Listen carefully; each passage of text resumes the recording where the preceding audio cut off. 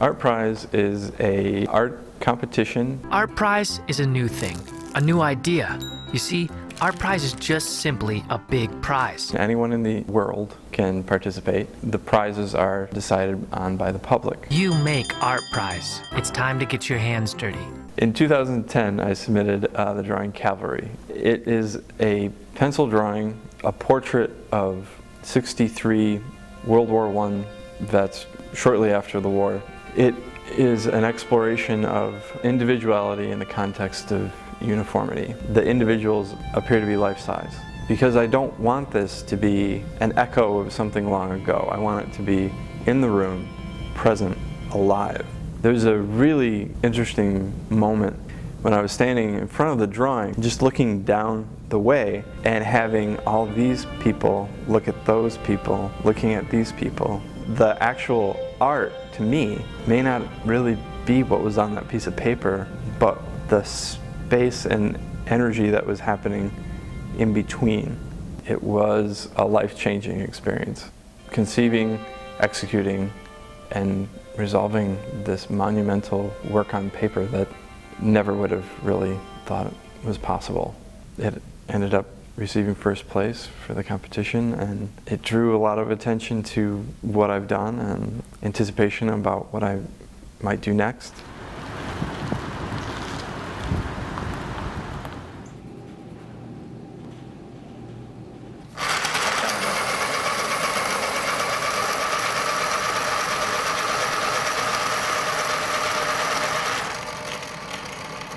The inspiration is a photograph that I found in my mother's basement. It's of my grandfather and his high school marching band. It's an 80-year-old thing that is damaged. A lot of the information is blurry. It's not there. Very much like the limitations of my own personal memory of him. When you're looking over items that could potentially be part of artwork, you look for things that hum. Certainly when I found that, it was humming and glowing, like there's something about this that resonates. Most everyone has gone through a high school experience, that awkward, how much of that experience definitely filters into who you are now. But while you're in it, it's all just happening. The way I make these drawings, I'm making many individual lines, relying on a grid system to move the imagery up to a big scale. It's pretty daunting, but if you increment it out into a series of panels, each one's a little victory. There is a lot of erasing and redrawing. It's not only necessary, it's also kind of the point. The greatest opportunity to learn is when you don't do it right. As my fine art experience has developed, so too has my experience with drawing caricatures. That's been the main mode of financial support through my adult life. I've probably drawn somewhere around 100,000 people. The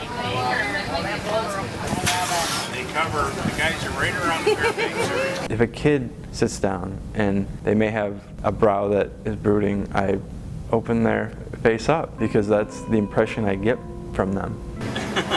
As that relates to my fine artwork, particularly this drawing, it's a more drawn out, more nuanced exploration of that. For instance, I'm thinking about a certain face, and not just open, but open and sad and troubled and unsure.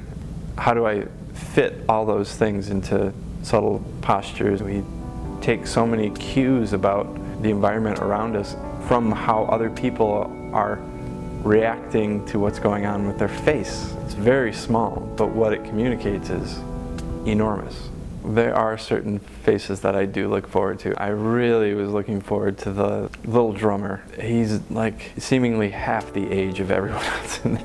He's trying so hard to be important and bigger than himself. I just couldn't wait to get to him.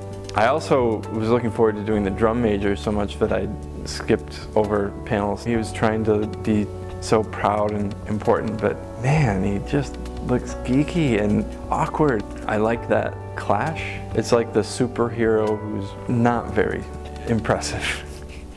So much about this has to do with the line, a timeline, a drum beat or a heartbeat, the song or the band, and the marching through life.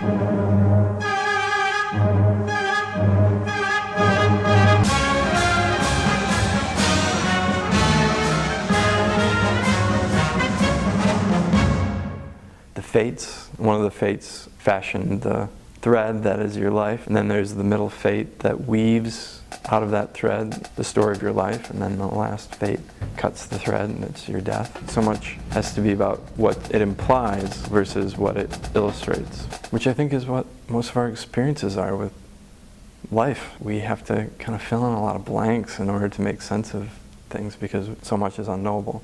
From the time of finding the photograph to completing the drawing, the last pencil stroke, putting it up on the wall for exhibition is right around a year. Cavalry was, in a way, felt like a stab in the dark. This feels more like I'm taking aim. I have more experience working out the technical issues of creating such a thing that I can concentrate on things that I couldn't before. Recognizing there's a carpet in the front, that there are folds in, then I can make bumps or ridges that are just like an echogram that records your heartbeat. I don't know why initially I put my grandfather's birthday on the clock, that would represent his birth, and towards the end, his death. In terms of the artwork, I want it to have a greater impact. When you follow your dream or follow what's in your heart, the universe will tend to conspire. An opportunity will come your way if you follow through with that. You'll become identified with that thing. It'll be the direction of the stream that you're in.